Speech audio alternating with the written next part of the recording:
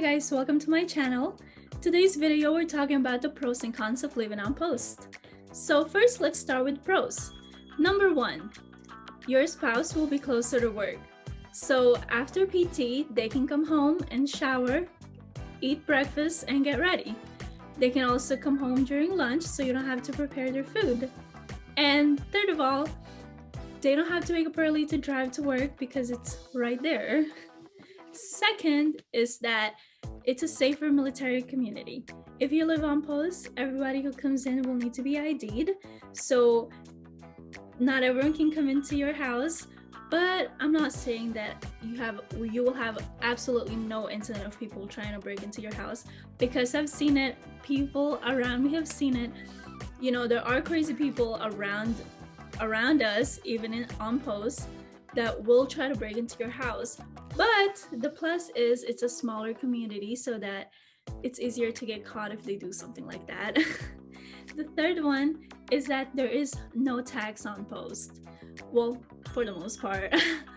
If you like shopping at the commissary like I do, you will not get charged for tax when you check out. So that's a plus. I really like that.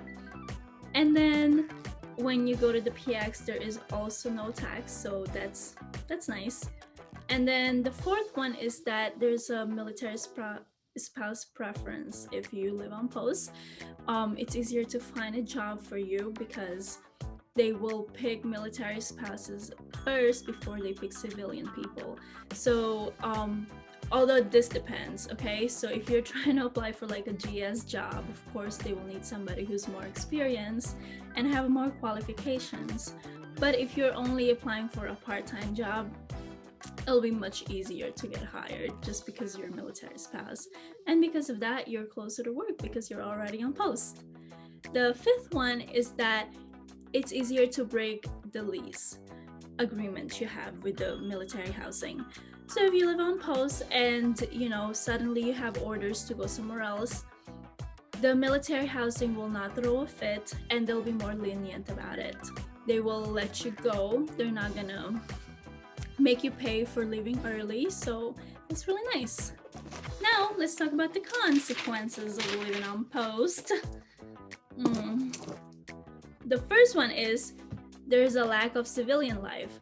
Everything around you will be military stuff. So if you're the type of person who likes living off post and you like the city life, you want to be away, then I suggest living off post because everything you see on post is just military stuff. So the second one is that all your BAH will be used. If you live on post, your basic allowance for housing will be used. Okay, so if your BAH was $1,000, if you live on post, all $1,000 will be gone. You won't even see it. If you live off post, however, you can get an apartment, a smaller apartment, for maybe $800, so you can save the $200. But something to think about is that if you live off post, you have to pay for all your amenities. You have to pay for your water, you have to pay for your electricity, trash, everything. But if you live on post, all your amenities will be paid for because it's part of your BAH. And then the third one is you're closer to work, so you may feel like you're never away from it. So something that I learned when we lived on post is that if your husband's or your wife's battalion needs somebody to fill a duty, they will call somebody who live on post first, as opposed to somebody who lives about 30 minutes away. So they wouldn't call somebody who's like 30 minutes away because they have somebody who's 5 minutes away, basically. Then the fourth one is that it's boring out here. Let's face it, most military bases have just houses and motor pool for the soldiers to work. There are absolutely no activities around here. They have like the warrior zone, so you can play games and stuff, but I don't know. I like something else that gets old for me. There is not a lot of selection of restaurant or you know, places to shop. You basically have the PX, the food court, and the commissary.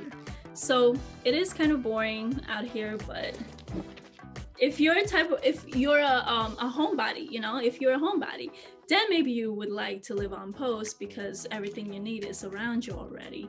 It's in your house, so you don't got to worry about that. And the fourth consequence bring us to the fifth one is that it's hard to get to places. Most military bases are in the middle of nowhere because they wouldn't want it to be in the middle of the city, you know. They have a lot of military bases in the middle of nowhere, so there's absolutely nothing around you. So if you have to go to places, you probably have to drive about 30 minutes away or an hour to get to like a Marshall's, JCPenney, Hobby Lobby, I don't know. Just to get to places like that, you would have to drive. But if you already live off post around those areas, then it'll be closer to you. But yeah, guys, that's pretty much all of it. All of the pros and cons of living on post ultimately is your decision. It's something that you have to discuss with your spouse and your family. That's pretty much it for this video. Check out my next video about 3 mistakes new military wives do. And don't forget to hit that like button and subscribe.